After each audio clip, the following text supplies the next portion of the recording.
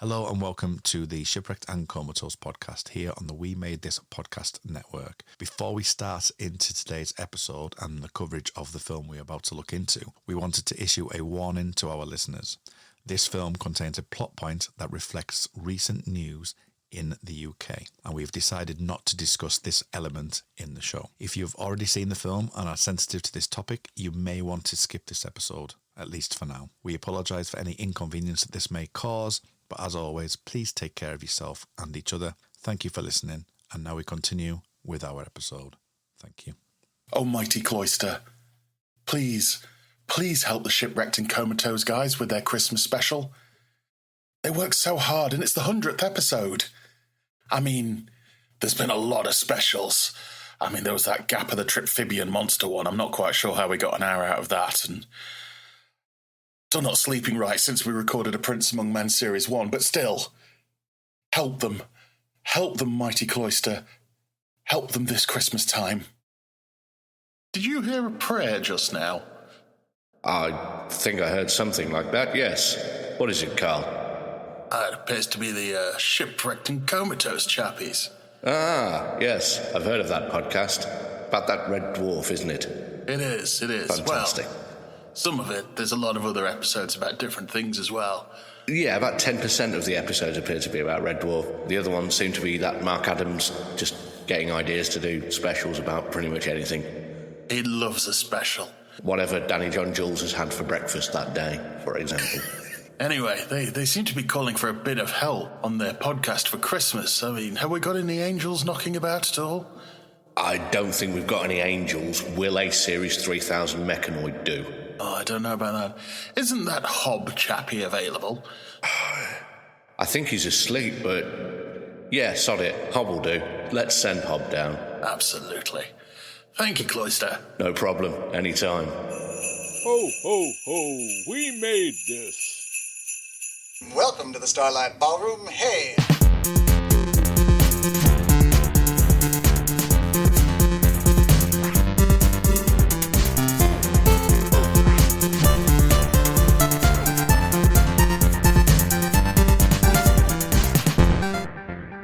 Hello everyone and welcome to It's a Wonderful Life, the podcast all about Fan Capra here on the We Made This podcast network. My name is Kurt North, and joining me for this wonderful, wonderful episode of Shipwrecked and Comatose, the 100th episode, is Mr. Mark Adams. Mr. Mark Adams, we're here. No Celebrate. need to run and hide. It's a wonder. We're doing about the song, right? By Black.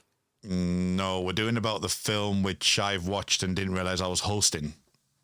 It's a banger, though, that song, isn't it? And I've listened to that song a lot. This is the first time I've watched It's a Wonderful Life. Also, hello. Hello. Merry Christmas. Happy 100. Happy 100. Also joining me and Mark is Mr. Matt Latham. Matt, how are thee? Well, gee, sorry, Mr. North. Mr. Latham couldn't make it today, so I'm here in his homestead. So, hi, my name is George. Fuck's sake. George, is it George Bailey? George Bailey, sir. Yes. And before Mark gets all pissy about this, I spent 5 minutes watching a YouTube tutorial on how to speak like Jimmy Stewart. So I thought you'll be more known as Bailey George. I've already used that joke once. I don't want to repeat the same mistakes again. You know what I mean? Merry fucking Christmas. Fuck. Christmas time, mistletoe and wine, children singing. Christian rhyme. Maybe not. Not in Mark's household. No, down at the bell's end. Well, this has started well. Good. We've done 100 episodes of this absolute tat. 100 episodes, and the idea was to have a massive celebration. And happy Christmas, everyone. The massive celebration was meant to have 2 people here, which aren't here, unfortunately. We've had 2 bells ring. And yeah, they're dead. They're not dead.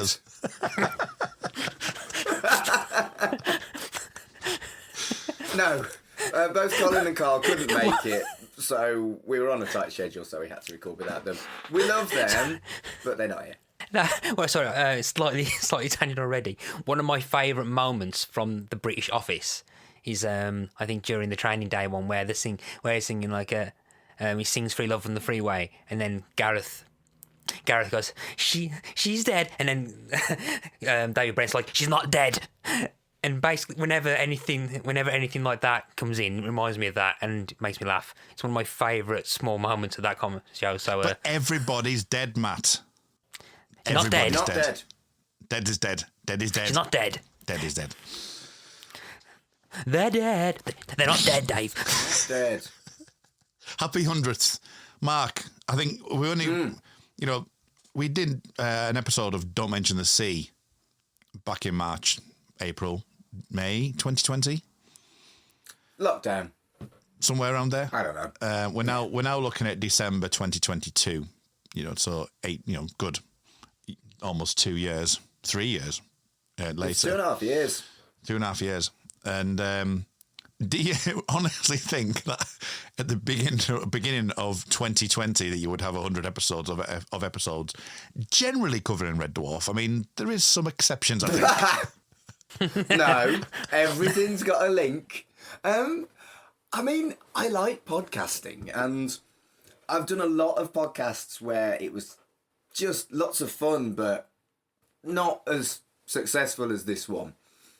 And of all of them, I don't know, a very old, really kind of culty, British sitcom-y.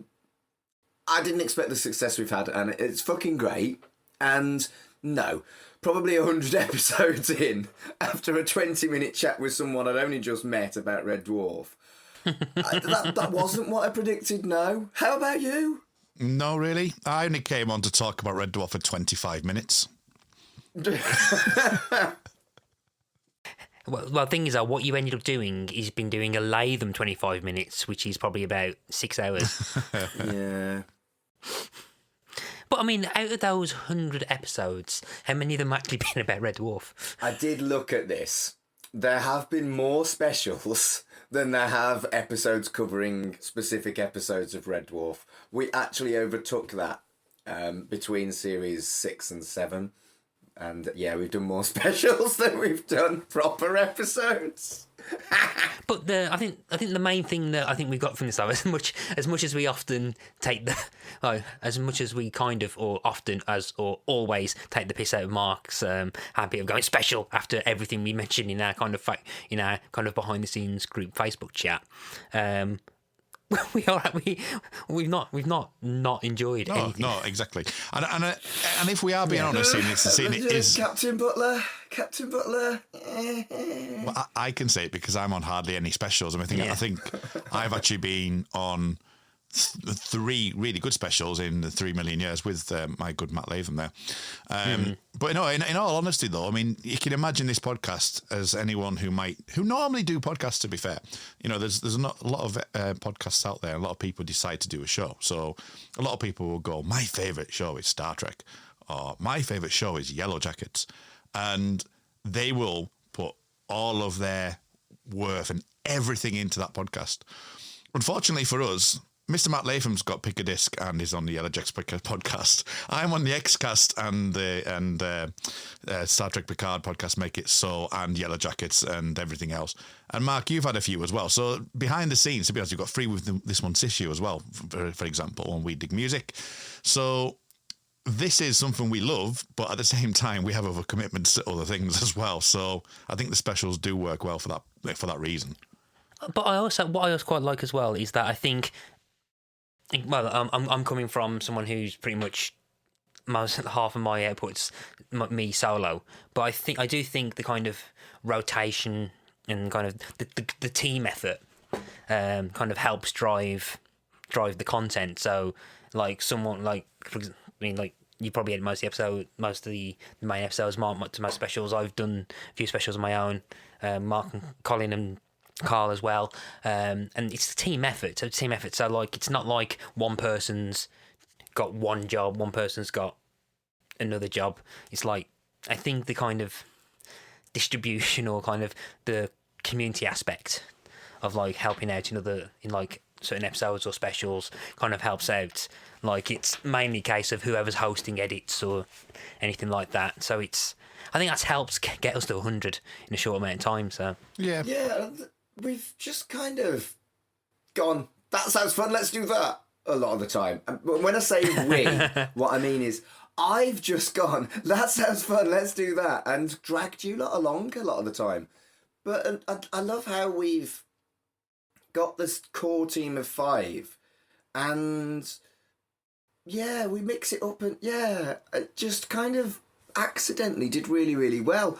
And I know the specials don't get as many listens as the main episodes, if we're going to call them specials and main episodes, but they do still get lots and lots of listens. People do seem to really genuinely like us talking absolute bollocks about random shite. And I quite like the fact that we are covering, like, Red Dwarf adjacent stuff. So there's probably going to be people who gone, oh, let's watch Captain Butler just because Craig Charles is in it, and then afterwards go, I regret watching this just because Craig Charles is in it. Yeah, and the same thing about Prince Among Men, like, oh, let's watch this because Chris Barry's in it. Oh no, I've watched this because Chris Barry's in it. I must admit on that particular special that I think I got through the first 15 or so minutes of the first episode, switched it off, then listened to your special, and then that's about the end of that. I've got to understand what's going on with it, but and the one where we broke Carl. The one where you broke Carl, and I will say on air that as somebody who has family who grew up in Liverpool, that I thank you all for joining the barrage against a newspaper that will not be named. So yeah, exactly. So being a Liverpool fan, not originally born there, but my family have born there, but definitely not an interesting one for me as well. So yeah, so thank you for that. So shall we talk about what we're here to talk about? Do you think? Well, it's Christmas, isn't it? Of course, Mr. Hall. It is Christmas.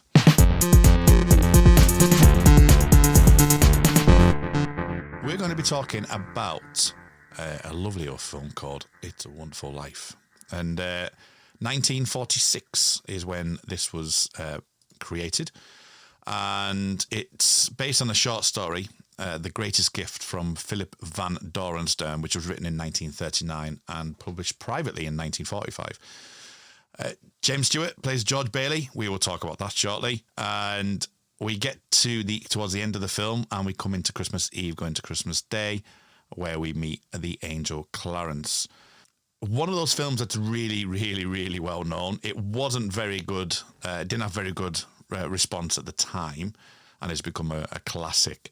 So before we start and go any further, I think we've maybe alluded to some things here, but let's get an idea of where we stand with this film, and starting with Mark. Mark, if you want to first of all say if you remember or have the link there, how it's linked to Red Dwarf, but also what is your history with this film?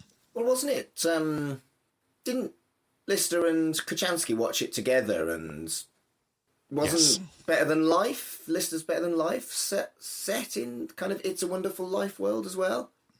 Yes, I think it's in the book. I think yes, it's made mentioned explicit in the book. You're right. Yeah, and it is Better Than Life in the actual episode where there's that wonderful scene where it goes across all of them, and Rimmer's just like pulling his face because he can't stand it. He's like, what the hell is this? So that's where it's come from. What about your history with the film then?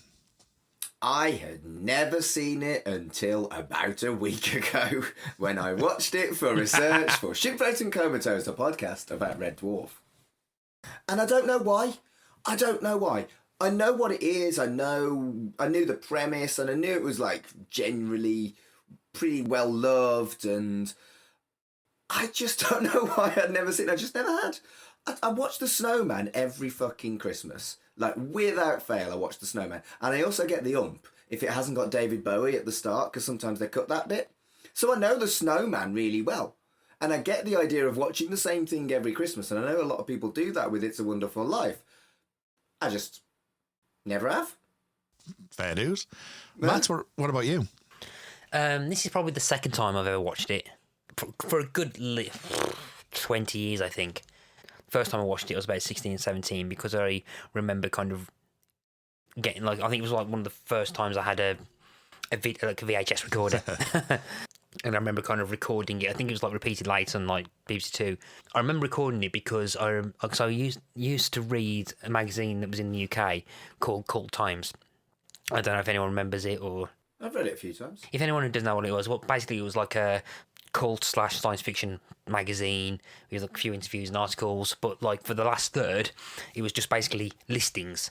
So it would just give you all the kind of cult or science fiction, fantasy TV shows, what time they were on and what channel they were on. And one of them, he mentioned It's a Wonderful Life, saying like, oh yes, the classic blah blah, where a man goes into a parallel universe where he's dead and where he's never been born and stuff. And I was like, oh, this sounds like an interesting kind of thing to perhaps watch. I haven't watched that many black and white films and stuff. And 16-year-old me went in expecting to see one of the first examples of like alternate dimensions in the film, and being really disappointed when it like, takes about an hour and 40 fucking minutes for it to happen. We'll talk about that. And watching, and I think that kind of had a sour taste in my mouth for ages about that, because teenage me, a bit of a prick about it. So it's me kind of think, I'm slightly more mature than I was back. Hey, I'm more mature. I have a mortgage now. 16-year-old me didn't have a mortgage. Does that mean I'm as mature as 16-year-old you because I don't have a mortgage? On the Latham scale, yes. Fuck me. So I decided to come at it again, but this time it's slightly mature, more. I know what to kind of expect, but I've forgotten some bits of it. 2 decades later. So that's my approach to this viewing. So I'm slightly different in that I have seen this on multiple occasions, but with a bit of a proviso on this, and it happens to me a lot, because basically I started in my sort of post school and educational life. I started working for the government and did that for 7 years. I then moved and had a bit of a side take, a kind of a different track, and went into the company I'm now working for and have done for almost 17 years now, coming up next month actually.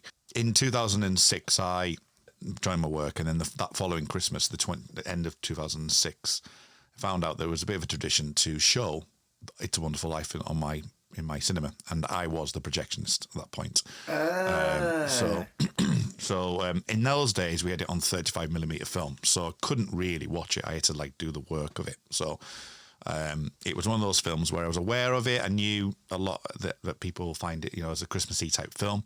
I'm not naturally a Christmassy person, so which is wonderful being on a Christmas podcast, but I'm going to class it as a 100th episode. So I had seen that, and then I think we went digital that year, and about 2 or 3 years later we showed it again, and it's become a bit of a tradition. Polar Express, you mentioned the Snowman. We do the Snowman and the Snow Dog, the Snowman, every single year, because they're such short movies that you basically have, we used to have supper with Santa, so we'd have people come for some supper at 4 or 5 o'clock, and Santa would make an appearance, and he'd go around all the tables and speak to everyone, and then he would introduce the film, and the film would normally be Snowman and then Snowman and Snow Dog together, put us together. In modern history, it's things like Gruffalo's Child, and stuff like that, Stickman, or whatever it may well be from Julia Donaldson's work. So that's what we kind of did, and A Wonderful Life was one of those films that we would often show. And with most things with those type of films, I actually, when it was on digital, I actually had the opportunity to watch it. So I watched it on my huge screen.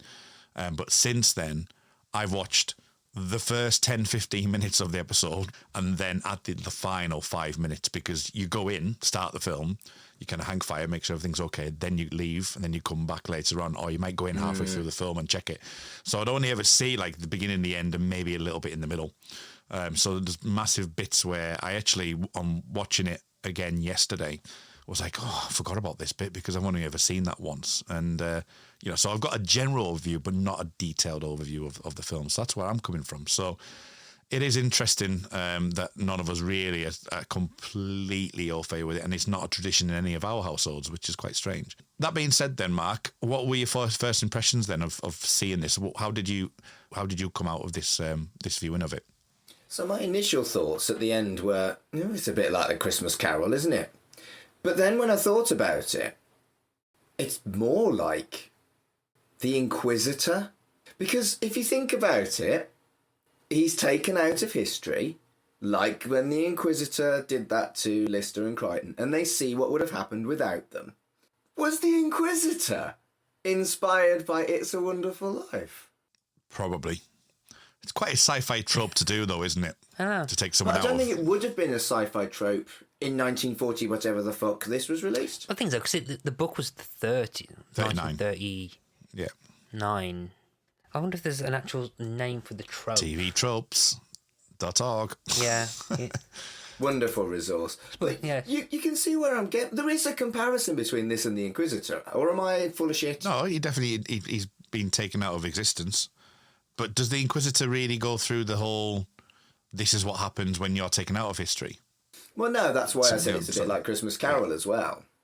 Whereas, obviously, with Scrooge, it wasn't actually taken out of history at all. It was what happened this year, what happened previous years, and what happened after you died, unless you change it.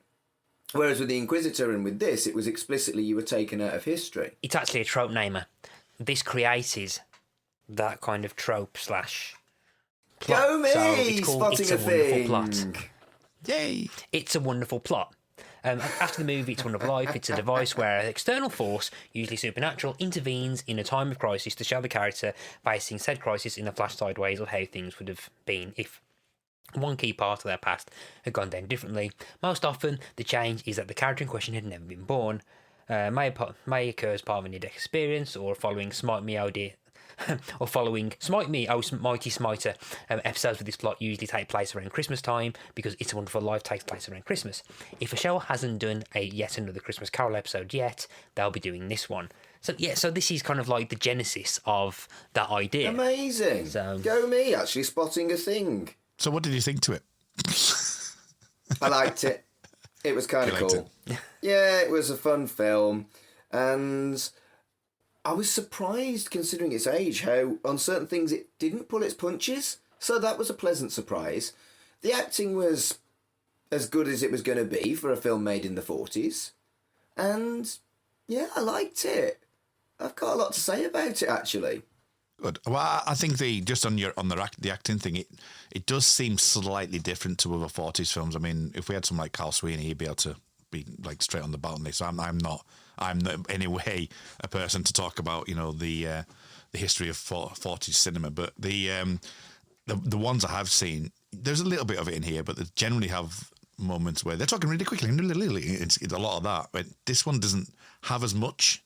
It's a, it seems, yes, I think the probably the closest was when they're actually in together outside the house, where in the dressing gown scene, where it's a little bit like that, where some of it's actually a bit more weighty, and I quite like the fact that it has that kind of weight to it. That's from what I gather. Again, I apologise if anyone's going to start screaming at me what the technical terms are, but it's always like, because it's probably filmed on either soundstage or that the camera crews are always on one side, the technical process of being able to like shoot from different angles wasn't really there at that time, aside from very jarring close-ups where that was definitely filmed after the scene was that was finished. So there's like an element of stage play and like one takes kicking through it, so it feels like they're filming and performing a play that's just got in front of cameras, and that's where that kind of dynamic hits and stuff. And I think that where the kind of pacing speeds up and slows down, I think that's a case of just getting too much into the groove rather than actually having marks to be able to reshoot. So they're just trying to either get through a scene and stuff. And I get that. And one thing I did have in my head to talk about was the actual set, because it is a set. Most of it is and it's a really good set as well. It comes across really well, especially when we get to Pottersville towards the end, and the whole thing's being reshaped, and looking at all of the bars and stuff like that, and the clubs, and the kind of like the way that's become a seedy kind of element to the film, which I'm sure we'll talk about. I did feel that was kind of like really interesting, that obviously when you do go to those like sort of solo shots where they are on a set rather than actually within and I'm talking like set as in like a setup set, rather than the actual Bedford Falls stuff. For example, him running towards the end where he's running and they shoot the Pottersville sign and the V disappears because he shot the thing. I thought was quite good.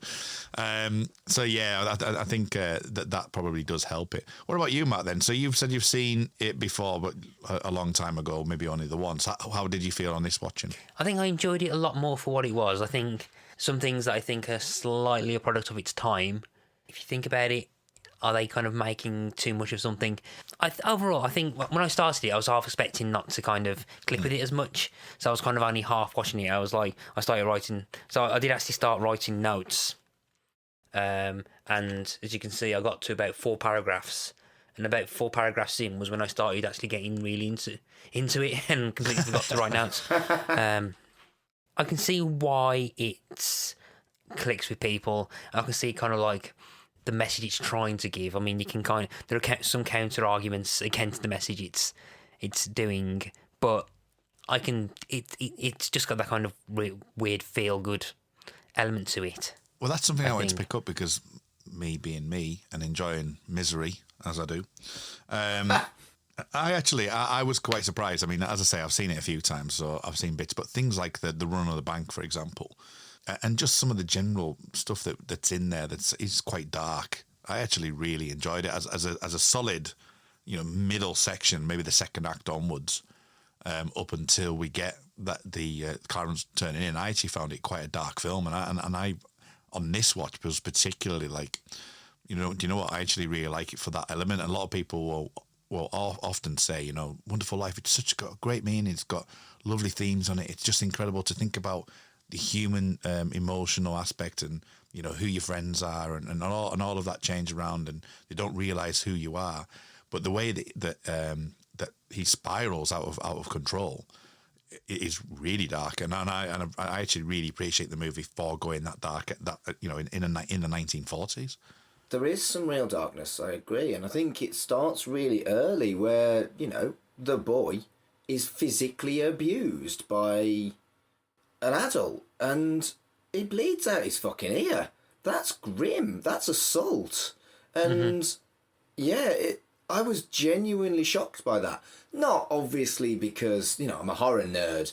I'm not shocked by a little bit of blood dripping out a kid's ear, but I was shocked by the brutality and the cruelty in what is considered to be like a feel-good, happy Christmas film. And because it was my first watch, that genuinely surprised me and shocked me. So when we talk about the ear and the bleeding, obviously that happened during the incident that happened earlier on at the very beginning of this episode, and that abuse that he gets, you wouldn't see that nowadays, would you? It just wouldn't happen. Certainly, the character, the chemist, would have been much more demonised than he was. I think he ends up, again, being quite integral to the plot, but seen as quite fondly, whereas, a bloke who hits kids isn't actually something to be celebrated, regardless of what was going on in his life, I think what they're trying to show is that he's emotionally compromised at that point. Now, obviously, we're talking about the 1940s. We're used to talking about the 80s and 90s. I mean, this was the 1940s. I don't want to use the phrase 40s, Nick. Yeah. I mean, part of me thinks, I think, I'm just wondering whether, as well, I don't know whether there's kind of kind of child safety laws or something on the actual filming of the set, because I think it was actually it looks like the actors actually struck the child actor around the head. I think that was the more shocking bit for me.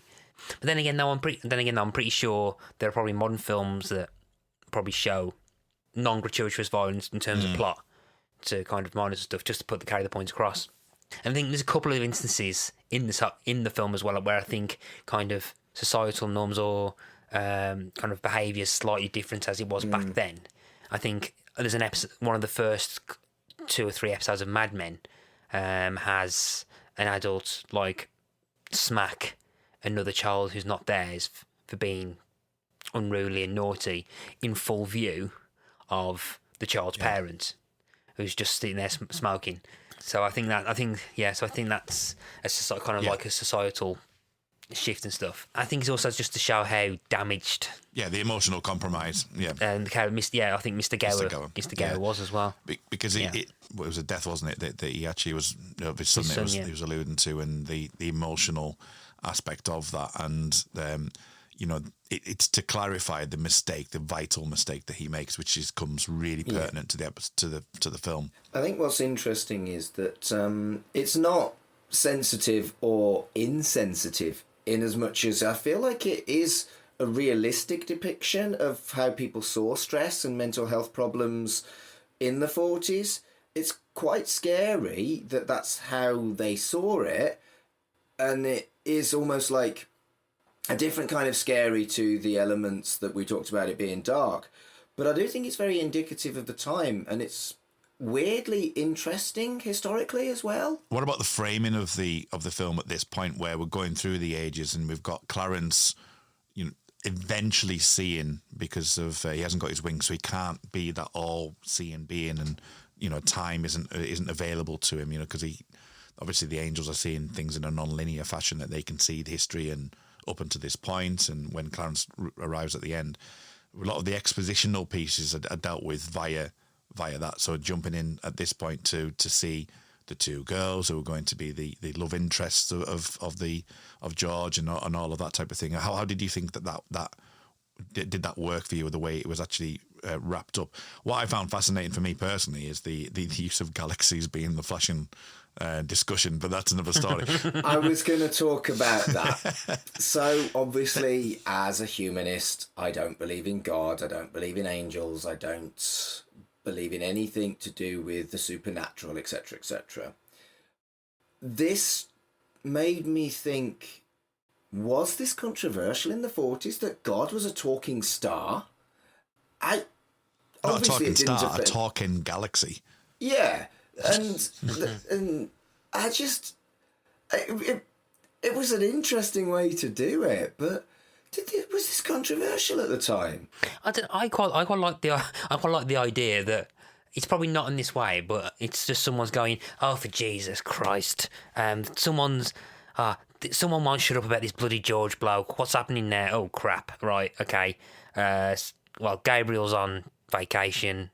We all know where Lucy is. Crap, who we got? Right, okay, yeah, we need to get the second tier in. Let's bring Clarence. Right, Clarence, yeah, you've got a job, last minute job. These people won't shut up about this guy called George. That's the impression I'm getting.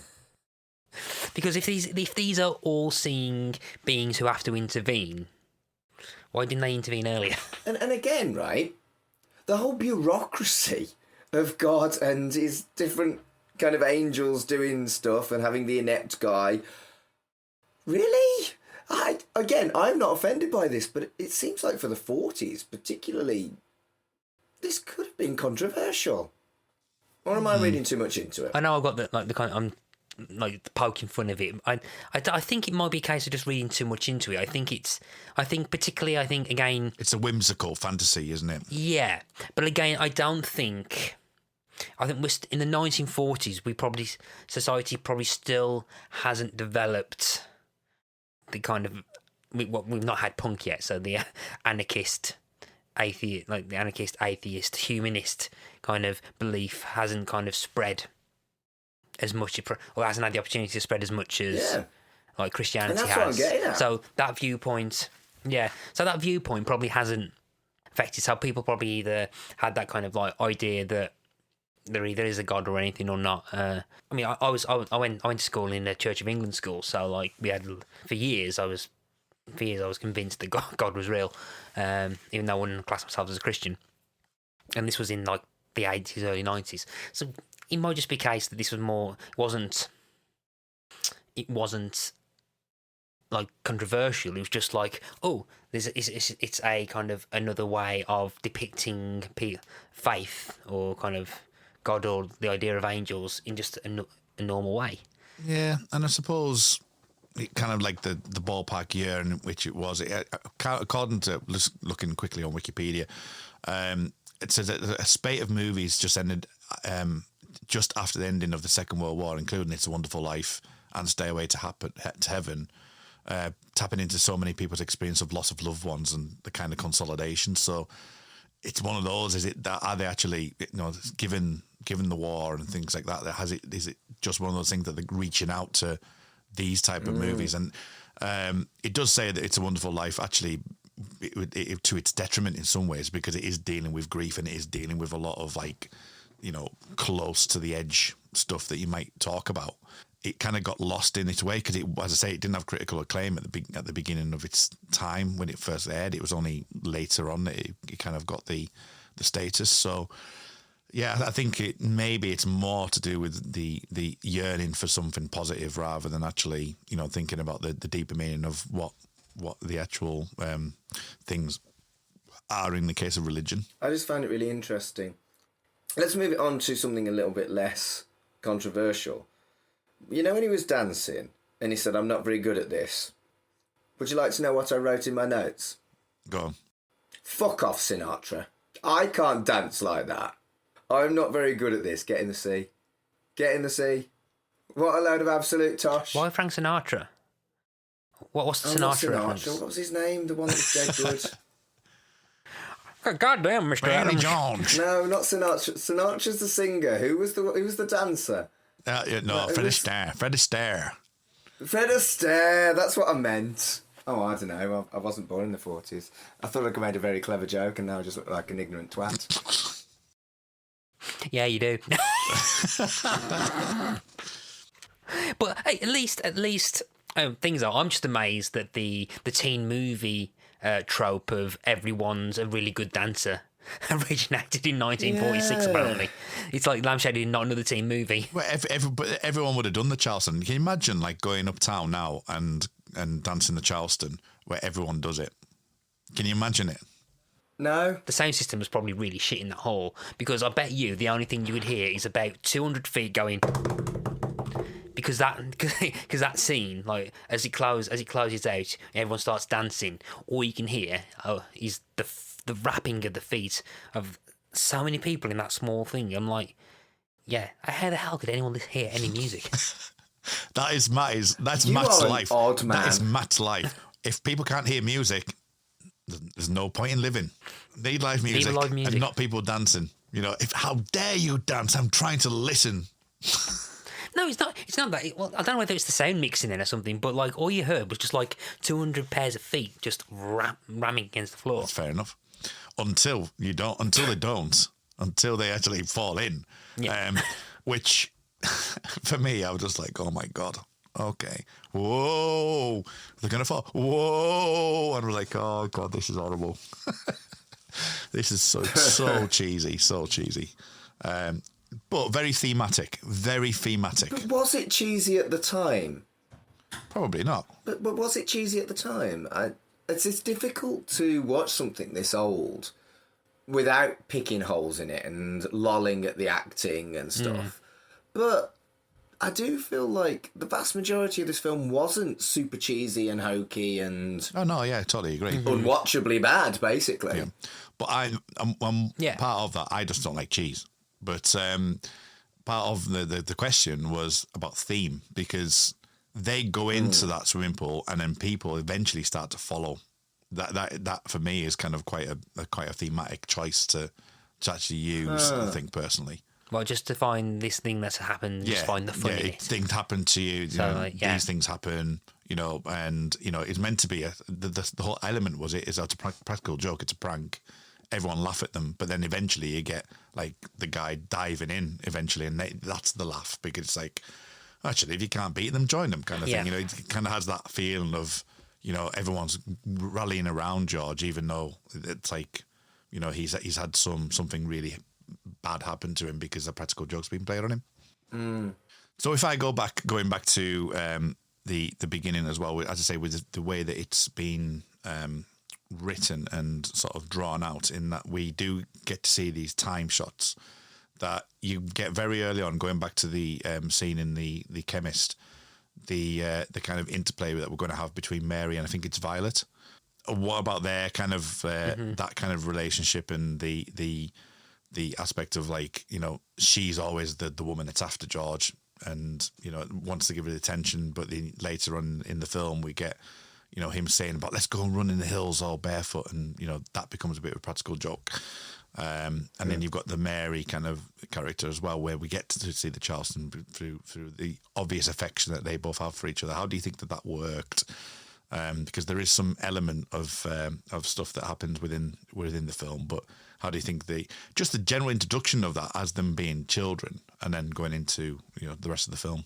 I don't think that's really capitalised on as much. I think it's less about. I think it's less a look trial. It's more of a case of showing how kind of George relates to them, or like interacts with them later on. So later on in the film, we see that George helps Violet to want to move to New York and everything like that as part of that. So he's always kind of had like a friendship with her, whereas like with Mary, there's a very longer conversation in the fact that I don't really buy their relationship at all. You mean the conversation about the moon? Yeah. So I put down for that. Are they on drugs? Because the weird thing is, like, doesn't he? I think walk out? I think because time jumps for 4 years later after they come back. She comes back from college, but he's stayed, and like one of the main points is that he's always in Bedford Falls. So he goes out, and there's like a weird thing where he's like drunk something. He goes, I'm gonna go out and get some necking. Basically says he's gonna go out on the pull, and then bumps into Mary, and then just doesn't. That felt weird. That felt weird to me. Do you not think that kind of thing is like putting the bravado on, but when it comes to real emotion, that he's kind of just like, I don't really want to be seen as that in front of her. But the Violet kind of conversation is more a case of that it's almost like an unrequited love for her, because she obviously wants his attention and he's not giving it. And it's that kind of barrier of, that actually grows more and more because she actually had it. But then obviously, which is I think actually quite good that by the end of it, like you're saying, she respects the fact that she's been given the opportunity to go and live her dreams and stuff. Whereas the Mary thing is kind of like it's that push and pull in that scene with the dressing gown of that she wants a married life with him and he wants to go away, and it's like that push and pull right through the film. She's like the central thing in which everything revolves around, because is being drawn in. He's been drawn into that world and can't get out of the world, but there's obviously all the other things it's drawn him back in as well. So I think that there's that element to Mary that it focuses on a lot more, because it's more about that. It's more about that family life that, like the film, often people say, it's got some great themes. It's all about family life and stuff like that. Well, there's an argument to say, is that really the right thing to be like pushing on? Is it, in modern terms, is that something that you really would want to talk about? Is it wrong that somebody wants to just go and live their own life and do what they want to do and not have that family unit? So there's a bit of social commentary there, but I do feel that Mary is there for that purpose, to like sort of have that gravitational pull for him. No, I think that's pretty right. Well, when he goes around a house, I don't get why he's so offish. He's genuinely kind and decent to everybody else, but then he's a right bell end, basically. He's a prick. I didn't get it. I think it is that. I think that the point, well, obviously, we've only seen it properly once. I think the point of that is that it's too close to home. That it's, it is that thing of like, it's something he wants subconsciously, but he is actively trying to distance himself from it, because he doesn't, in his mind, he's wanting to go and live in the world and go and visit South America and go and do all these things. But she's the one pulling in, and he's trying to push against that, and that's what's causing him the conflict. I see. Okay, yeah, I'll buy that.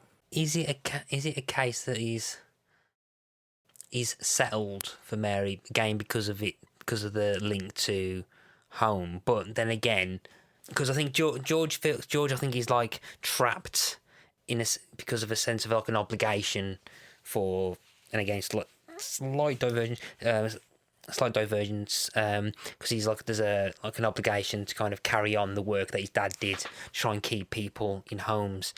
I think the whole pretty much surprisingly large amount of banking and home ownership that this film has is like ridiculous. But my understanding is that I think that his dad set up this business to try and which I think is always constantly making a loss. Yeah, it's kind of like a credit union, isn't it? It's designed. I was going to say it's a credit union, isn't it? It's basically designed that they would go for loans for like home ownership or whatever it may well be. Though, given the credit union comes in, everyone's money, because that's what the whole run of the bank is about. So the fact that he hasn't got arguments say 20 grand in the bank, because that's being loaned to George and that's being loaned to Mark and that's being loaned to Matt. So they're saying, I want my money out. Well, they're saying, well, we haven't got that money.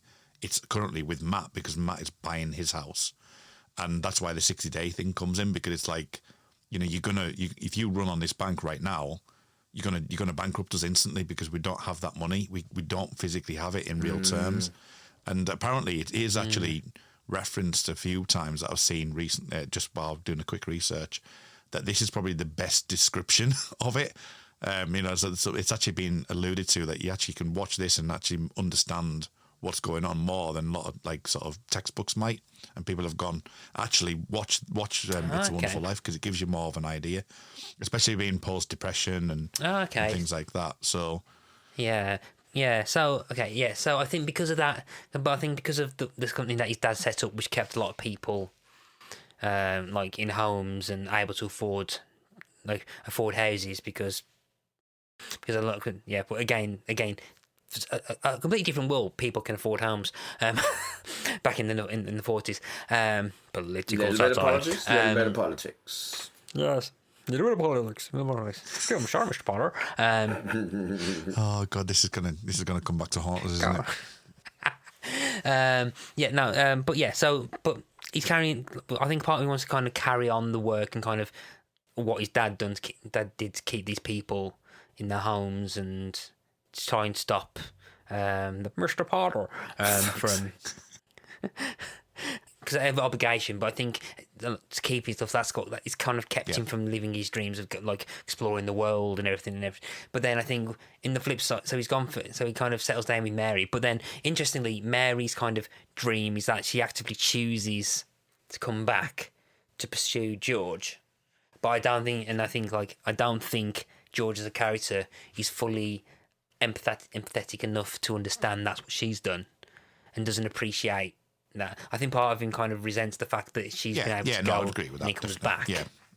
Because the thing about his empathy, and as you say, I think this is why his character is really interesting, because it's quite nuanced. It's not a case of like, you'd expect something of this ilk, of this era, to be a bit more not on the nose, but kind of like sort of full front and what it's actually trying to talk about. This is kind of a nuanced thing for me. It's the way that you talk about the obligation of his dad, and we'll talk about the scene with Mr. Potter soon. But that idea that he's defending his dad, he defends everything, but he's put in that position.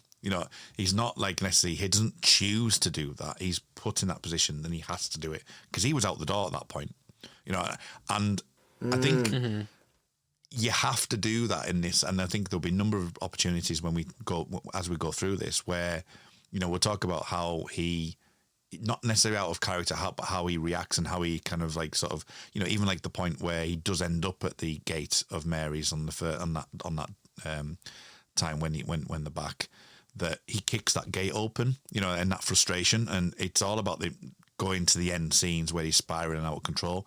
There's loads of times where he spirals out of control, and he's quite reactive in that way. And again, that scene with the bank or the building and loans thing, it's you can see just how agitated he is by the fact that he's being kept there. Although, again, the layer is that he's being kept there because he doesn't want that to fail, but at the same time, he is being held against his will to a degree. And it's interesting how it flips later on. Yeah. What's interesting is that there's a lot of themes about doing the right thing, in this, and you're right about him like going through the door. He could have just given it all up, but he needed to take that job for everybody else. I don't know what the message is really, because for me, I'm just when you're talking about that, then like everything that he tends to do is out of his control, but when we get the Clarence aspect and the looking at the world and what he's actually got, he's not aware, he's not self-aware enough during those moments. So yes, he's a lovely character. Yes, he's got empathy. Yes, he will protect his dad. Yes, he does this. Yes, he does that. But at that time, he doesn't see it as that. So he's not seeing the bigger picture. He's not taking that step back. He's in the moment, and he's got a very subjective viewpoint of the world, where Clarence is giving him that objectiveness later on. It's all about subjective and objectiveness in that way, because Clarence gives him the objectiveness of going, actually, look what you've done. You know, whereas during the course of the 3/4 of the film, it's all about him being subjective and having the desire to leave, but not seeing what he's doing. Yeah, and I think quite a few times as well. I think as the film goes on, it feels like he's not fully aware that he's actually doing a really kind of good job in saving everyone from Mr. Potter. Who is this person that keeps popping in? From it. I don't know. This random person just keeps popping over. It's almost like it's a little raven or crow or something that lands on someone's shoulder and just talks. And... Right. What this fucking crow? What's this crow about? I didn't get it. Right. I was going to ask you. There's a random crow, and then later on there's a random squirrel. Well, why? And I only wanted to say this because you found my kryptonite. I can't say squirrel. Squirrel. I know. You just said it. I don't roll my R's enough when I try and say it. Squirrel. It's not pronounced squirrel, is it? It's squirrel. People at school used to say, "Okay, what's that? Squirrel. It's squirrel." That's how Black Country's called. School. I have the problem with school. School. I went to school when I was younger. I put my shoes on to go to school, and then I put them on the floor. I went to school. I went to school. On the floor. Went to school. School. I can't say the ools or squirrels. You've not answered my question. Why is there a random fucking crow? And why is there a random fucking squirrel? Yes. In the flipping... And Uncle Billy's squirrel and Uncle Billy's crow is what we're talking about, aren't we? No. Uncle Billy's. Just a squirrel and a crow. Why do they? Yeah, because it flies over to him at one point, because it basically sits on his shoulder, because you see Uncle Billy later on. It's his pets. A pet crow? Yeah. Why would you have a pet crow? Right, why is it not a fucking budgie or something? Did they have budgies in the 40s? But I think when you think about the very limited palette you've got for black and white cinematography, I think a crow will probably be a bit more visually striking than, particularly with the very quite light set. Okay, can I go all filmy with you? Go on then. Right, so the representation of a crow in Western culture symbolises death, the afterlife, wisdom, intelligence, adaptability, prescience, fortune, destiny, transformation, and the future. That's what a crow is. Marvellous. What about the squirrel? I don't know about squirrel. Let's have a look at squirrel then. I can't believe you got me saying that so many times.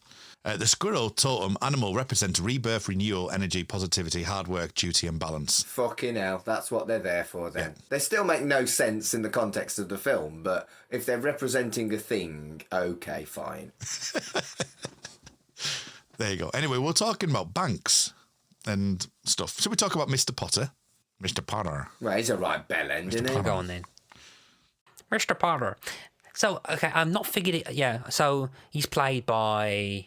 I think by then, a veteran film and theatre actor called Lionel Barrymore. And on his Wikipedia page, there's a link to the Barrymore family, acting family.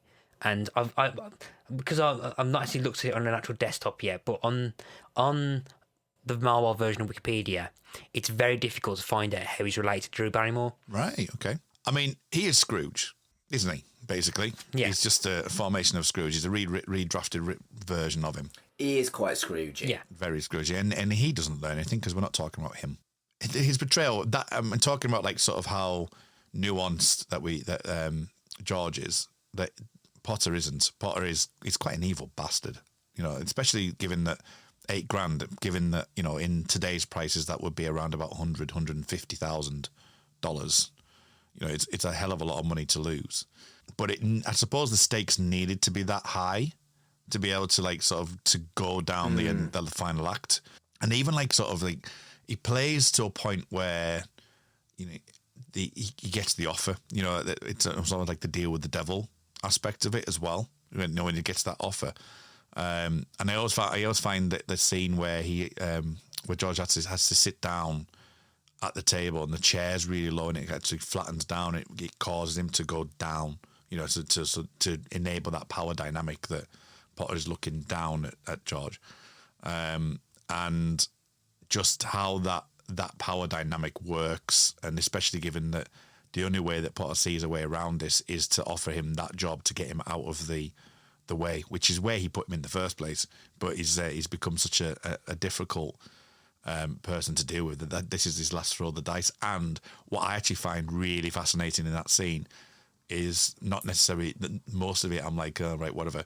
Is the life insurance is like that is like where you're better off dead than alive. You're actually worth more dead than you are alive, which obviously lights the litmus paper. Which I think at that time is really dark, and I kind of really like that aspect of it. I mean, it's grim, but it's kind of true. My dad's not in his 70s, and he has become quite a morbid old sod since my mum died.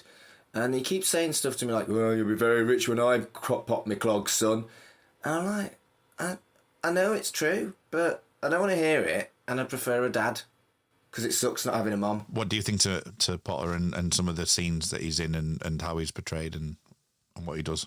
I mean, yeah, it's very much kind of Ebenezer Scrooge, but without the chance for redemption. I think if anything, he's all Scrooge is just a money pinching skinflint, whereas Mr. Potter seems to be a case that even Scrooge will probably go, but he has a bit of a twat, isn't he? He's entitled, yeah. So he kind of actively wants to get rid of the buildings and loan company. Like basically, he also wants to kind of, which probably means people will be evicted from their homes. So he wants the land. He wants the land. Yeah. So I mean, it shows you when it comes out that, especially the Bailey Park. Is it Bailey? I keep forgetting. Bailey's Park. Yeah. So Bailey's Park. Yeah. When he does that, that's exactly what he's after. Yeah. Well, put George Bailey in prison because of a mistake someone else did, and keep £8,000 that he just can't. That even the accountants go, "Where's £8,000 gone?" I don't know. Yeah. So he's quite. I mean, there's not much in terms of like two-dimension, like a third dimension. He's very kind of a flat 2D villain more than anything. But I think it's a case of him not being. I don't think the character will work if there's a sense of likability, or if you get a sense of his background. I mean, all we know is that he's been kind of like disabled and very lacking mobility for most of his life, considering we've seen him over the course of 30 years and hasn't aged a day. Yeah, definitely. Yeah. He looks like he's stayed 60. Well, Sir Patrick Stewart did, so I can buy it. True. But yeah, I think as much as I'm saying that he's not a kind of fleshed out villain, he's more 2D. I think the story needs that element to it to have that antagonistic thing. It's basically he's the bot. So Mr. Potter's the bot, is the wrecking ball, and George is pretty much the thing that's not. He's basically the wall that's protecting everyone else from this wrecking ball. For a metaphor that I'm just starting to think in my head that I haven't thought out properly. But yeah, so basically he's been pounding at the wall that is George Bailey for years, eventually getting it to break. And I think that's all that Mr. Potter needs to be, really. I mean, I suppose that the nuances, which is where we can probably talk about now because it does include him, is the scene, and it is a from what I can see, a famous scene that people do recount. And if you type in "Wonderful Life" into YouTube, then this scene often comes up, and it's the bit where he does defend his dad, and you've got the partners, you've got the partners in the business or whoever they are at that point, that they're willing to sell the buildings and loan company. They're kind of going, the executives can just make that decision. So it's a democracy in that way, that Potter is denied that aspect of it because of the democracy of like the partners saying, well, actually, it's fine, that he's won him over with that speech that he gives. So that speech is really, really important to the story, because it does keep it, and as you say, builds that wall of like, right, okay, well, Potter basically turns around and goes, well, that's fine, okay, then I'm not going to win this way, but I'll wear him down, right? Because he'll just be like his dad. He'll just eventually, we'll wear him down. We'll get this story out, but then it doesn't happen. So it's changed by so many years later. He changes his tack by doing this deal with the devil aspect of like, I'll offer him a job to get him out of that seat, because I still need to get at that. I've tried it with the run on the banks closing down at 6 p.m. He's got $2 left, which is another aspect which we wouldn't probably need to talk about. The fact that everything that he's done, he's still protecting that he's creating that wall.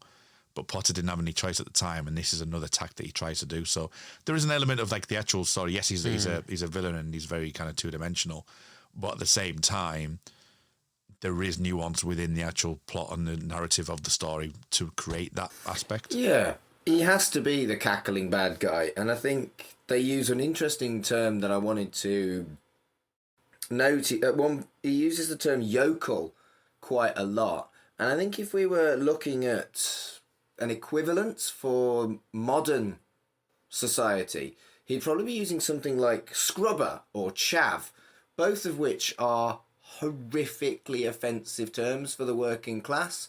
And I think you might miss that. The character really is fundamentally cruel and condescending.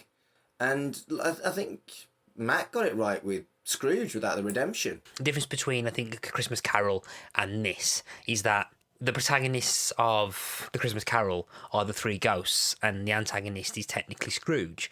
But we begin to think that Scrooge isn't just an antagonist; he's just been beaten down. It's almost the reverse, isn't it? It's like it's a redemption arc for Scrooge, but this is like building George Bailey up. I think at some point, I think you could say that George Bailey could actually, without Mary and William and like Harry and any family, like George Bailey is like an alternative version of Scrooge, just with slightly different. Because I could probably foresee like with a few key decisions, George Bailey becoming Scrooge. Yeah, at some point. Yeah, he's again that gravity drawing. He's got those people that draws to him. Yeah, when you compare Scrooge to Potter, we don't really know much about Potter's background, but I don't think Ebenezer Scrooge would perhaps go as low as Potter would do to purposely spite someone. He'd probably just I mean, we never get an example of it, but I don't think Scrooge would just take someone's money without just cause for it. He's not like someone who we might know in recent history that says, that cleaners can be replaced by robots or anything like that at all, and have to sleep in the actual places where they work and cannot work from home and have to have the ultimate work ethic. There's no one like that at all, is there? Oh no. Merry Christmas. Merry Christmas, everyone. So talking about the $2 thing, because again, Mary gives up that. There's an interesting couple of scenes in there that I'm watching it the second time, and I've watched it twice a while back, but then watched it yesterday. Is it William? Is William the driver? Ernie's the driver, and Bert's the police officer. Bert and Ernie, I know. Yeah, yeah. I giggled. There's actually on the Muppets wiki. There's a whole article dedicated Are Bert and Ernie named after the characters from It's a Wonderful Life? But Really? apparently it's completely coincidental because I think Jim Henson thought that the names fit together. Oh, right, okay. But I'm pretty sure. I bet you that Jim Henson probably never realised, subconsciously influenced by it. Got to be. There's got to be, hasn't it? It's just too much of Yeah. a coincidence. No, so what I found fascinating on this watch was Ernie. There's a lot of times where they're saying that he doesn't. That there's a lot of moments where he acts as if he doesn't know them. So like through when we got the scene at the house where they're having the romantic evening together because they have lost all the money because there's only got the $2 left that Mary gave up to be able to not go to the world for his honeymoon.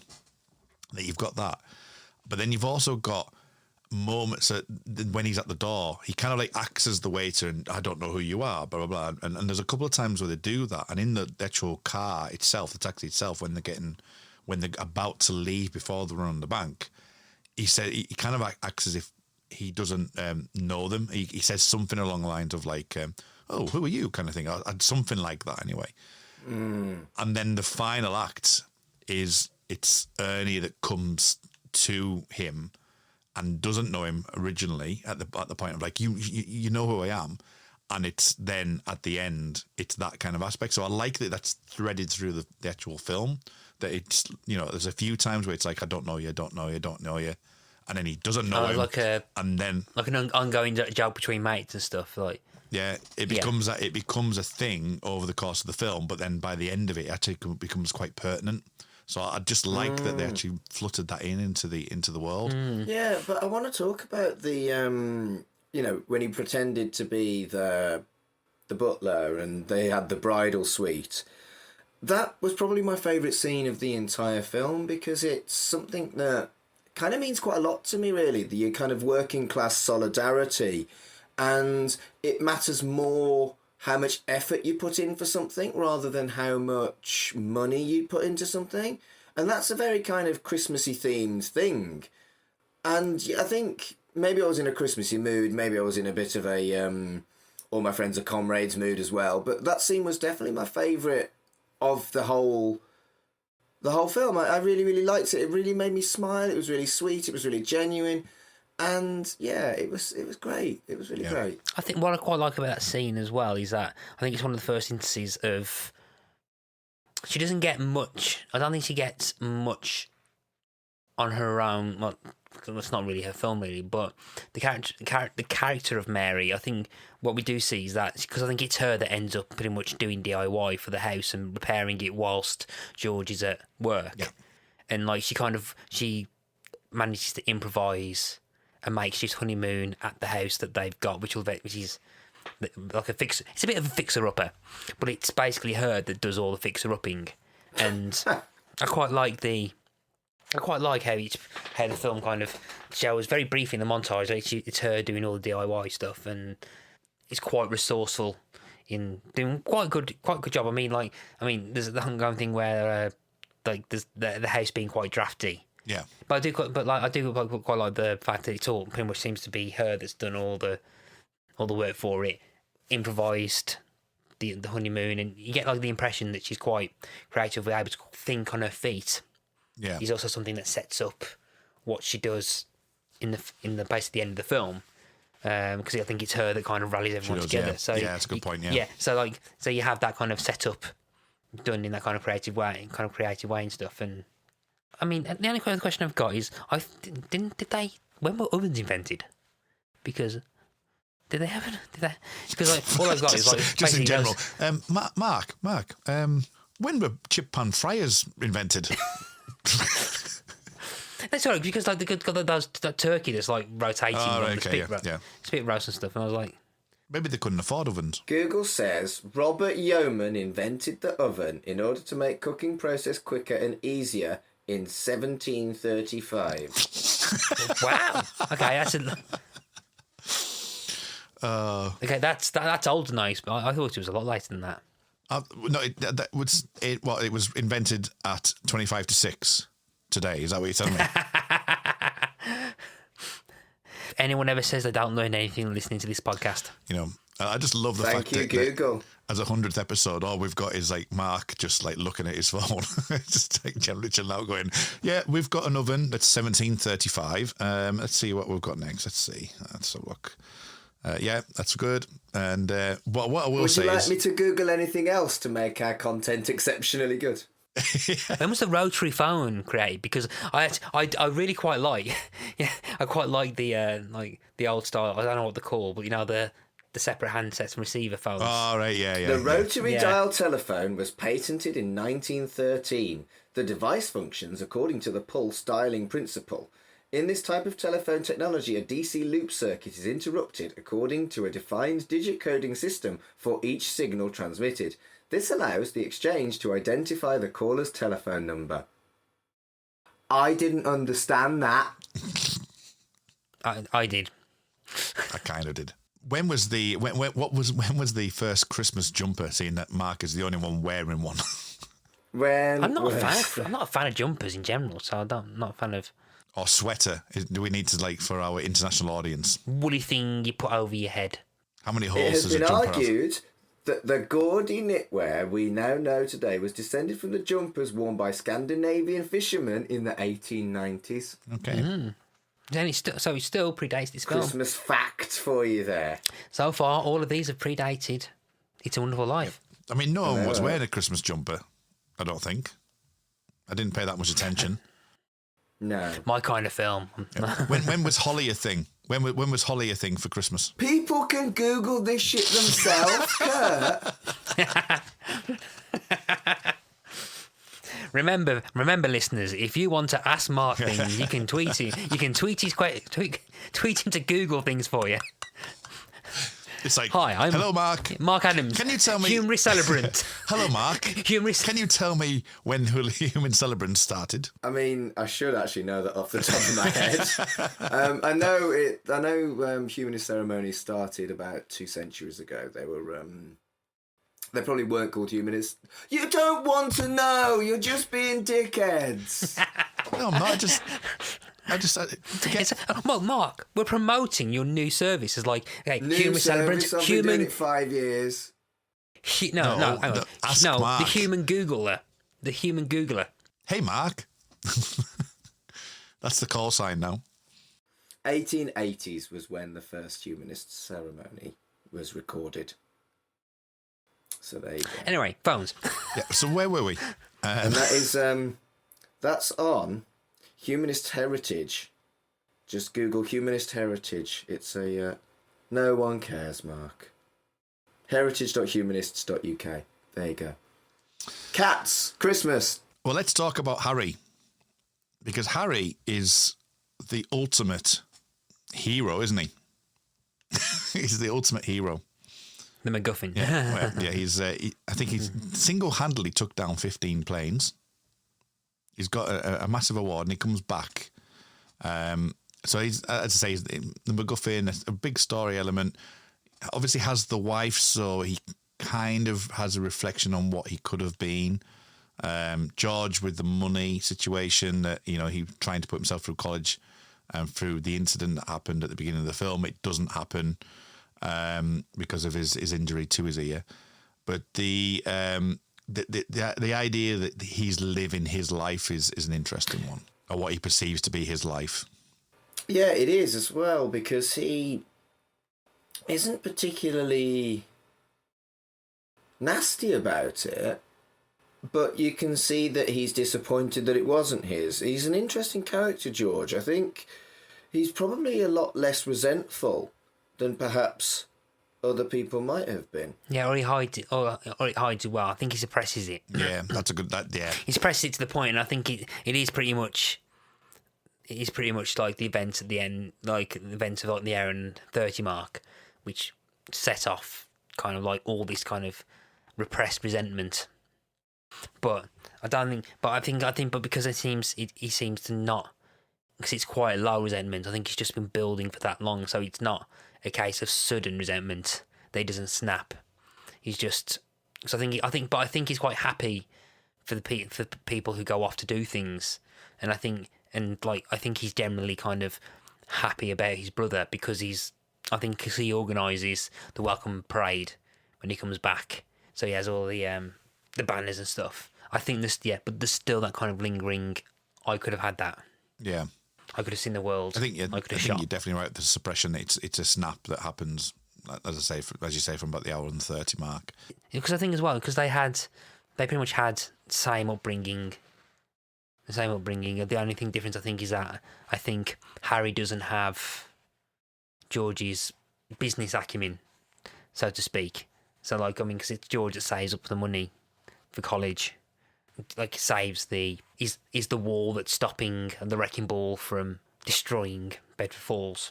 It's a different kind of hero that's not in the main media. So like, yeah, it's George is the kind of person that would probably get but also get really pissed off that the One Show had organised one of those like things that they do, saying, "Oh, all your friends and hello, all your friends and family have come round for you." This is my Alex Jones impression for some reason. Yeah. It's magnificent. They want to say thank you. They want to say thank you, George. And the whole Welsh contingent no longer listens to the podcast. Honestly, is there anyone he hasn't offended yet? Yes, it's good. I think Rhiann might listen to this. She's a Red Dwarf fan. She's from Wales. Let's see. Let's see if she tweets anything out on Boxing Day. Okay. The general feeling like he's one of those like unsung heroes that like say like they'll probably get like saying the One Show saying like, oh, we've also got, I don't know, Ronan Keating to send you a message. And I'm not going to do the Irish accent because apparently I'm no good at accents, apparently. George, we just want to say, these lovely people want to say how much you've done for this, blah, blah, blah, blah. We want to say that you are, in fact, a hero and that you are worthy of kind of like praise or that the role that you do. But I don't think George can't see that. In his eyes, it's the Medal of Honor, the kind of the heroicness of the kind of bravery stuff that he sees. So his vision of what a hero and a kind of role model for people is Harry, because of the black and white nature of what war is or what a hero is. I don't know how much of the good that people do is something that's probably picked up on in like more modern times. So like not all heroes wear capes, for example. But what I do find quite funny is that what interesting is that the film seems to actually be aware of that, and I don't know whether that's because the film is quite progressive in that way in terms of highlighting that not all heroes are people that shoot Nazis in planes. Yeah, I'd say that. Yeah. Yeah.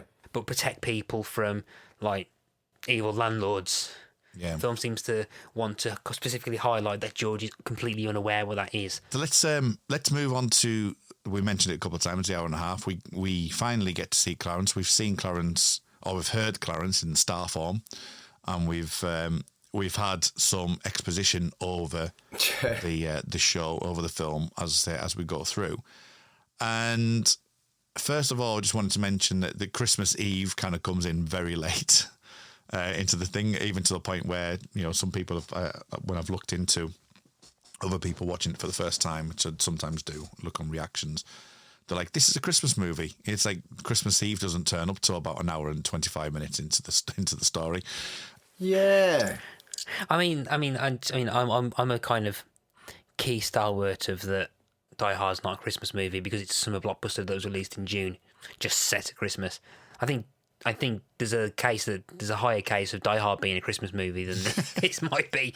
The just one thing I wanted to mention from a behind the scenes perspective is that in the past they used cornflakes for snow, and because of the type of set and because of the way they wanted to do this, talking about the stomping like we did earlier on, is they looked for alternatives because they didn't want the crunchiness of the cornflakes to actually create. So they kind of created the idea of actually doing something different other than using cornflakes as snow. Oh, so this pioneered alternative ways of snow and stuff. Yeah, apparently. I didn't realise that there was like technological advances for this. So this was the Jurassic Park of its day, then, was it? Yeah, it must have been.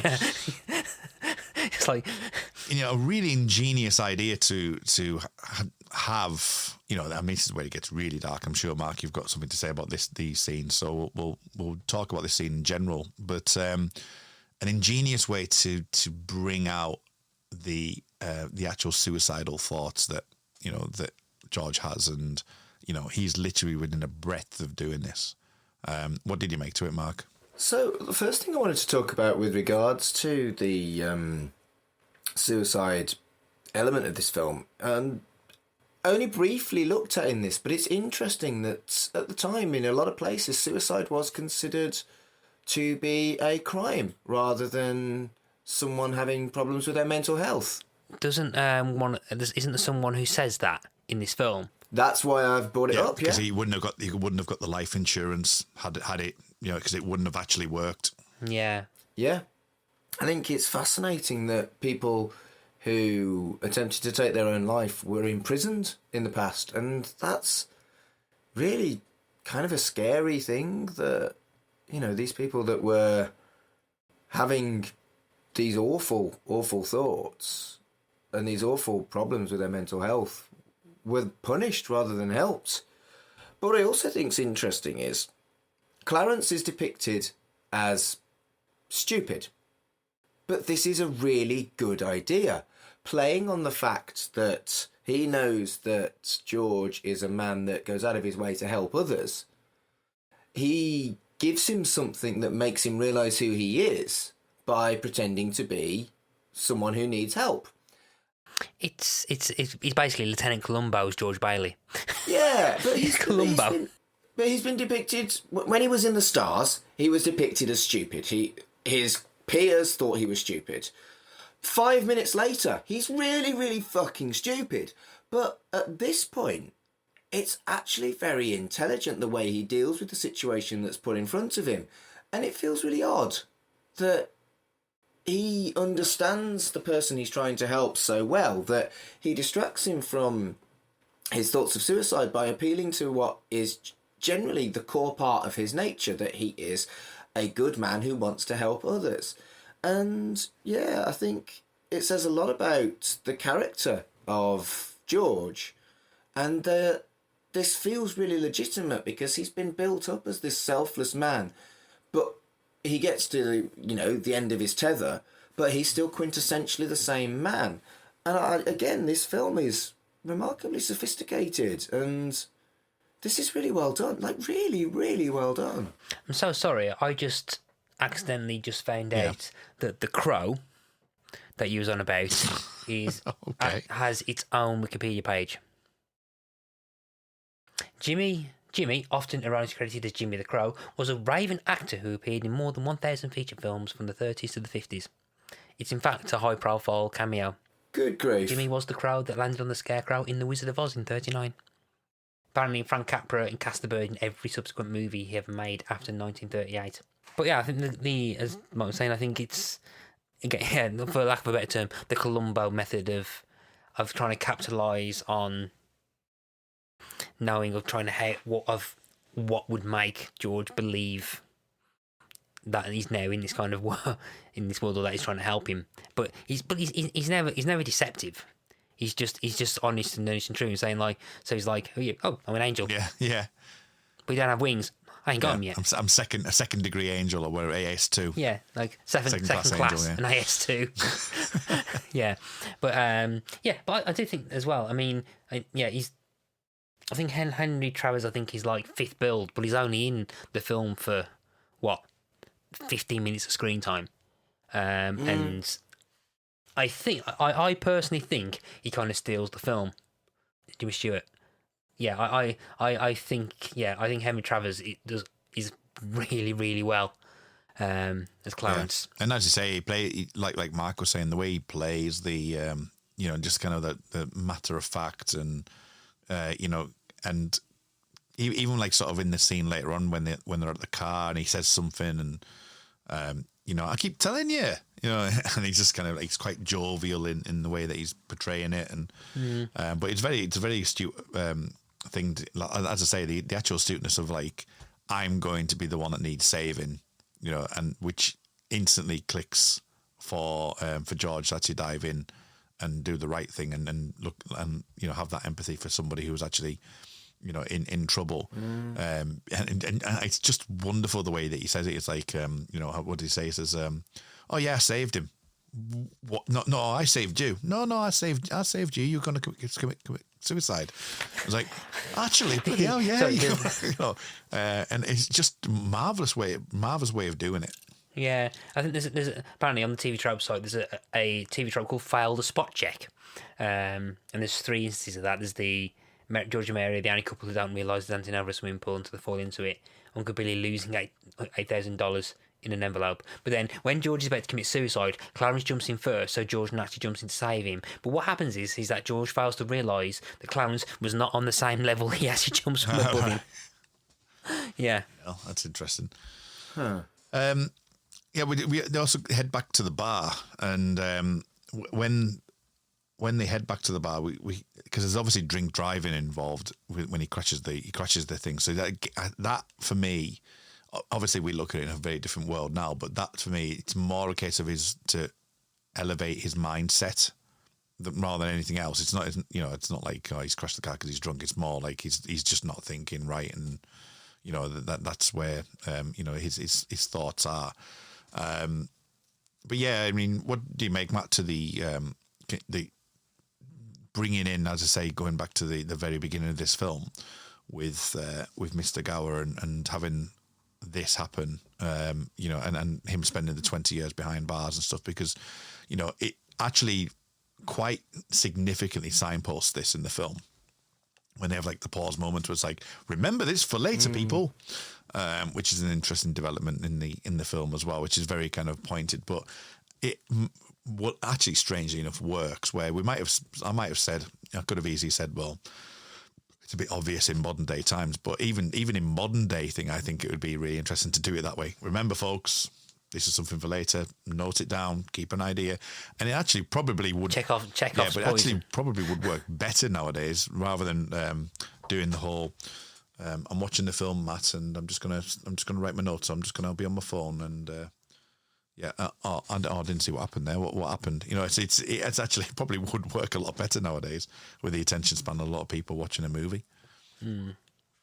Yeah, but I think as well, it's one of the. I think because it's perhaps one of the early key things that the film shows you, and like I think it's one of the first. Like, I mean, you don't get to. I mean, they save Harry till the end, but I think before then, because I think the impact of Harry is the equivalent of Scrooge finding his own grave in Christmas Carol. The next one in chronological order, with the longest lasting kind of positive impact that he's had, is when he stopped Mr. Gower from accidentally poisoning the kid, and I think that's the first thing that's hammers home to George, like, okay, something weird is going on. Rather than like the fact that the bar's changed and the owner's changed and the dancers recognise him.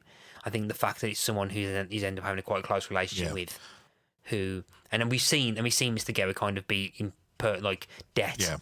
into debt, and kind of holds George in quite high regard for kind of saving him from making a mistake and perhaps helping him.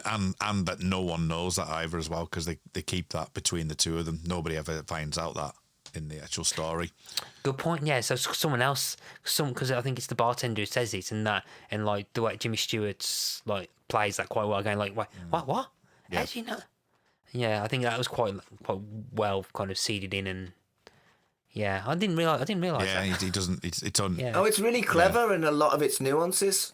Yeah, I probably haven't given the film enough credit for, I think, because I was assuming that like the nuances of script writing perhaps wasn't available at this time, but yeah, more fool me for not realizing that script writers were intelligent back in 1946. And I think that's what's interesting about this film, because as I say, with it being a traditional film, the amount of people that will have watched this in the years, and none of us three are, and we're coming at it slightly different viewpoints in ourselves, but the conversation, obviously, there's certain things that are kind of coming out, which people go, oh, right, okay, I didn't know that. But a lot of people were going, oh, well, I see this every year. But it depends on how you view it and stuff. But definitely on a couple of watches or a couple of times I've seen it, there's certain elements that are jumping out at me now. But that's only because I've seen it, you know, in spades where, you know, first time around you probably won't pick this up. You know, maybe 2 or 3 times after watching it you will.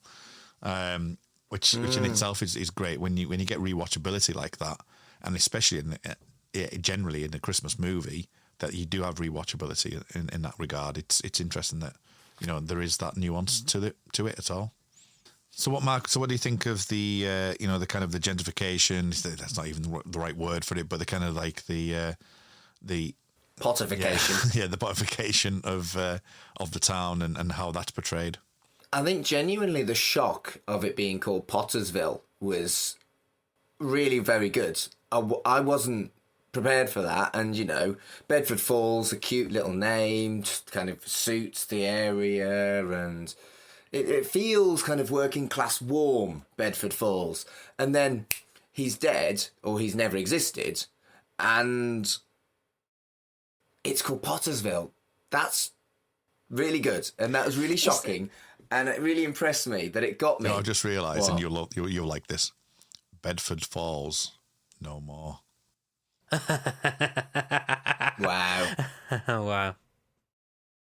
But us, but you know what it reminded me of, and I think it probably would have been a key influence of. Go on. Back to the Future 2. Yeah, I was thinking that before. Yeah. Back to the Future 2. Yeah. I don't. Hill Valley hasn't. I don't think Biff Tannen never changed the name of Hill Valley. I don't think, but it's got very much Pottersville vibes. Hill Valley does in number 2. His reaction to all of the hokiness and not being recognised, I think I'd be pissed off. I think I'd be like, shut up, stop dicking me around. And it's done really well. I liked it. I think it finally got some pace in this kind of period. Not that I disliked its pace earlier, but it felt like it kind of like went down a hill for the last half an hour or so of the film. And it was. I don't know whether I expected to like this film, vaguely kind of Christmassy like this film or not, but it always had something for me that made me enjoy it. I think the impact of it, and again, I think this is probably the first instance of this happening in cinema. It was a book first, but I don't know. It's probably not many people who have read the book has probably seen this film.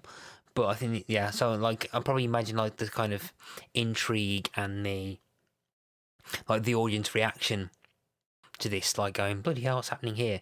Perhaps the pacing of the first bit of the film is perhaps weighted a bit too much in the lead up to this, but I think it's just quite well done.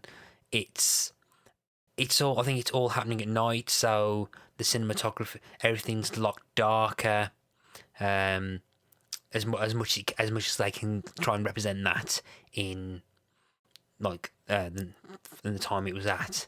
It kind of uses the same sets. I think the lighting's different.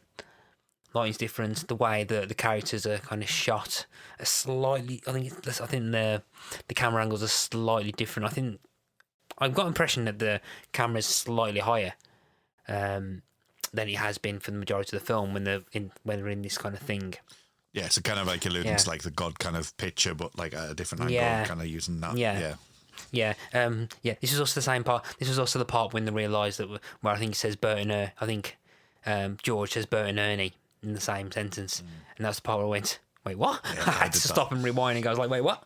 Bert and Ernie? And that's when I googled it. In fact, it's down as an urban legend in the Wikipedia article for this film. I've just noticed about Bert and Ernie. But I think that bit's all good. The bit that kind of I'm a bit iffy of, and I'll be interested to get Mark's opinion on this, is when he meets Mary, because Mary's suddenly an old spinster. And and then he's like, and then he tries to chases her and like grabs her and tries to like kiss her and stuff, and that's kind of weird. I think its heart's in the right place in as much as it's commentary on the idea of someone being the one. It's very old-fashioned kind of attitude towards love, that, you know, you only ever have one true love and stuff like that. I think it's generally quite a well-meaning thing, but you're right, he isn't particularly nice with her, but I don't think it goes too far. It's a bit yuck, but it could have been worse for the time, I think, actually. True. Then again, though, in his mind, he's still his wife, but and trying to grab something and stuff. But then, and again, this is someone who's pretty much been obsessed with him her entire life. So yeah, and I think, and that's one of the key facts, that if she doesn't recognise him, then whatever Clarence has done is there. True. It's just like the fact, but I just find it funny and stuff like that she's now, and again, I think it's Bert, the policeman, who says that she's an old spinster now. She's an old spinster or something. Maid, I think. She's about my age when she's this old spinster as well. You can get in the scene, mate. All she's got is hair tied back and big glasses. And that's all. It's basically it's she's all that. It's she's all that. And or not another teen movie goes, oh no, she got a ponytail and glasses. Yeah, again, it's another trope, but I bet it wasn't a trope at this point. Yeah, but I mean, I think it's visually striking. I mean, I think it's visually striking at the point, like, where she's leaving the library with big massive glasses and everything. I think this whole scene is basically a kind of like shoving right in your face what the themes were about the whole film. The idea of you don't know what you've got till it's gone. The idea of not understanding your true value. And the idea that it isn't actually about pleasing God. What life actually is it's about touching other people's lives. The good that you can do by being decent to other human beings. And I'm going to claim this as a humanist film. This isn't about God. The philosophy is humanist. Yeah, so there are themes in this which I kind of really quite liked, and I'm going to use a quote from a piece of fiction art, and I need to blank the name of the character that's said in the dialogue, but there's a quote that's always stuck in my mind, which is representative of this piece of fiction, and I want to see if you can guess it. At the risk of overflating your ego, blank, you've done more. The lives you've touched others, and those lives others. You've done a lot of good, blank, and you can do a lot more. And that's from... Did you recognise the quote? No. I'm going to say that's from the final episode of Quantum Leap. Yes, that's from Al the bartender. That's from Al the bartender. So, because the idea, particularly that episode as well, because that the final episode of Quantum Leap, it's the first TV show ending I ever cried at. Yeah, and Quantum Leap is one of my top 5 TV shows of all time. And which will be on We Made This after Shipwrecked and Comatose finishes in 2422. Yeah. So I think the kind of theme of Quantum Leap, and particularly that episode, kind of, for lack of a better term, quantifies the idea that Sam Beckett is a force for good, and that he doesn't realise that the impact that he has done. It's not just changing the lives of one person, but and for someone else we're probably going to talk about in a second, the fact that he's changed or saved people, those people will then have impacts and ripples throughout time, which will cause a cascading consequence of good things to happen. And good things to happen. And I think that's what the film does. And there's this kind of like almost Quantum Leap-esque thing to this, but slash with Touched by an Angel, and that's a theme, and that's the kind of that's one of the main reasons I quite like the kind of message behind Quantum Leap, and I think that this is kind of has a very similar message. So I quite like that aspect of the film, to show that yes, but you don't realise that every action that you've done is going to have impacts. And we've not gotten to Harry again, but he's the prime example of what happens if you're there, and the one thing you did many years ago means that a bunch of people can go and live lives and do their own thing that will impact other people. And anytime anything that reminds me of that aspect of Quantum Leap, I'll automatically love. Yep. And of course that will come back because, you know, Mary has done the thing like we mentioned before, and everyone brings in the money. And then we also find out from abroad, £25,000 as well, that kind of everything. That's like from their friend Sam, his friend Sam, isn't it? Yeah. Yeah. I think that because they built the factory in Bedford Falls, they've got people working for it, and I think it's the kickstarting of Sam being able to basically become a successful businessman. So that's okay. So that's another thing that George. Okay, yeah. Okay, layers upon layers. Yeah, Mark, layers upon layers. It's gently unfortunate 75 years on that the whole premise of the film and the whole kind of solution is plastic, considering how controversial plastic is environmentally these days. But yeah, moving on from that, I think it's I do think it's really the fact that they don't really waste any of George's kindness, and it all comes back almost karmically for him. I think, yeah, it's a very clever film, actually.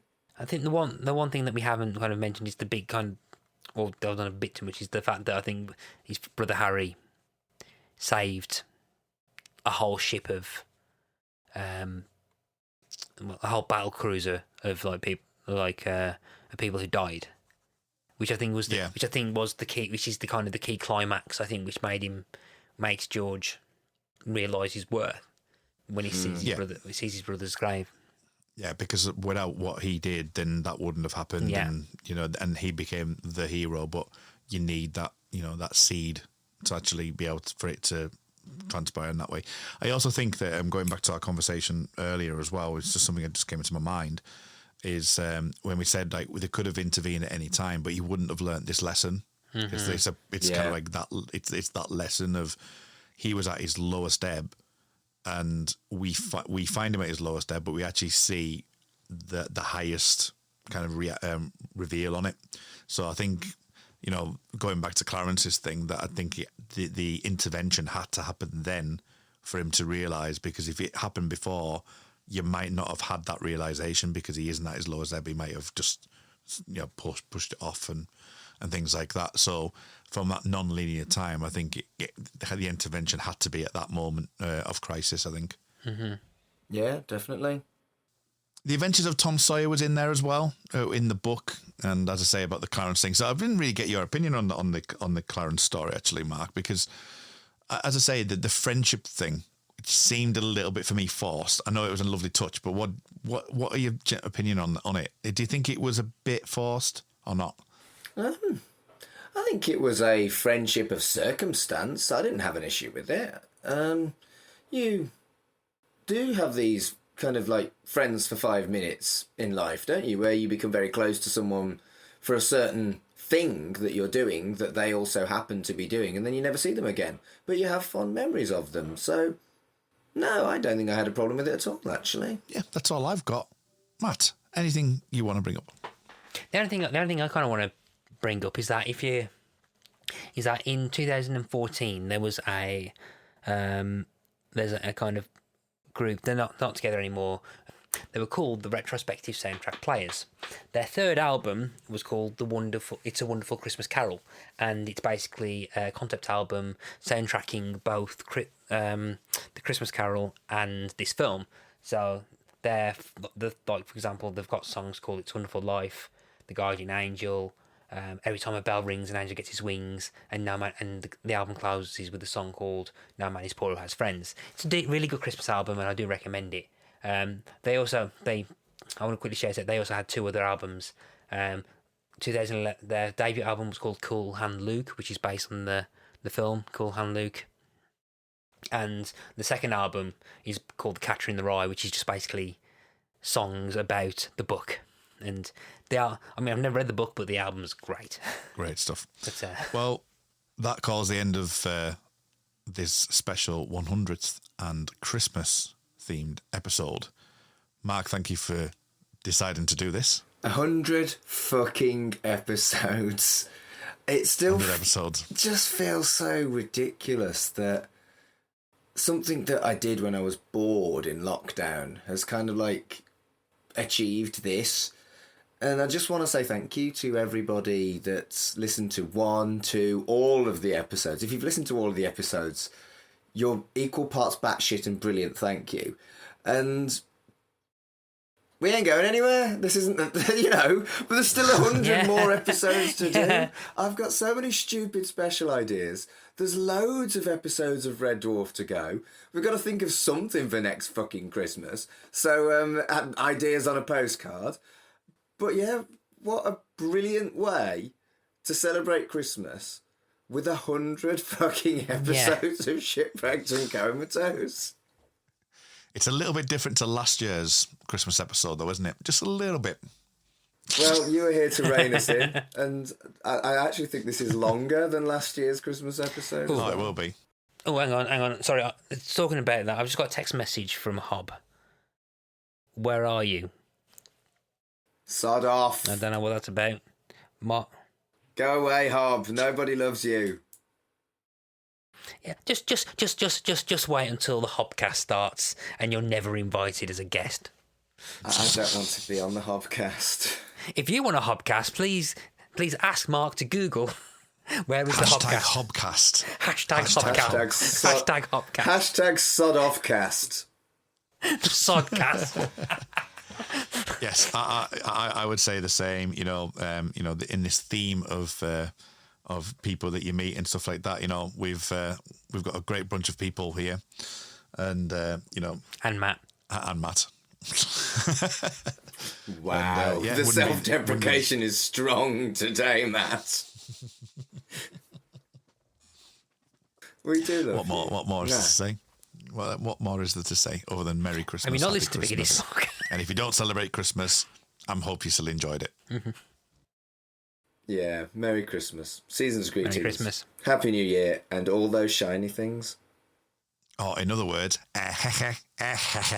fuck off, Sinatra. We miss you, Colin and Carl.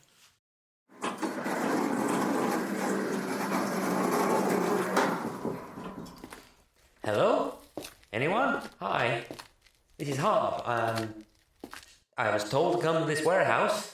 I'm here for the Christmas special. I'm ready to go. I'm a massive fan of Frank Capra. I really haven't watched It's a Wonderful Life in a long time, and I'm really looking forward to. Where is everyone? Hey! Oh, there you are. I mean, I was so worried. I mean, I thought I was losing my mind. I thought someone had sent me to the wrong address. I mean, hey, what's that thing you're holding?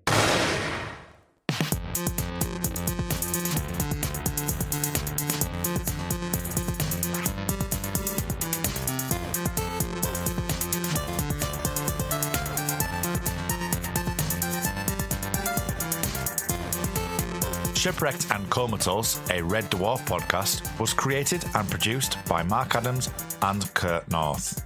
You can find us on Twitter at Red Dwarf Pod, and we are part of the We Made This Podcast network, which can be found online at wemadethispod.com or on Twitter at We Made This Pod. Ho, ho, ho, we made this. Welcome to the third age of podcasting. The name of the podcast is A Dream Given Form, a show about J. Michael Straczynski's Babylon 5 for the We Made This Podcast Network. Join us in 2022 as we look back at themes and ideas from across the show's history. Today we're going to be discussing the three prominent leaders of Babylon 5. Sinclair, Sheridan and Delenn. Everything from Earth and the Shadows and Mumbai all the way through from early days of Season 1 all the way through to the Interstellar Alliance, and it's their legacy. Interstellar Alliance is really the legacy of these three characters. We are kind of going to potentially some scary territory here, looking at the parallels between Earth Force and Babylon 5 and the real world in which we live in now. It is a really insidious way of doing things, and the more I think about it and the more I watch that scene, and the way that Pierce speaks and talks about it really just fills me with chills, because, you know, our politicians do this all the time. They talk like this all the time, and they hide their true intention behind false promises. Current situation with the potential reboot of Babylon 5 for the CW network. He's been involved in comic writing, he's been for Spider-Man, he's done shows like Sense8, which is very progressive as well. He's going to bring all that experience into the project, so I think it's going to be a very different show. And even some special guests too. Lita herself, Patricia Tallman.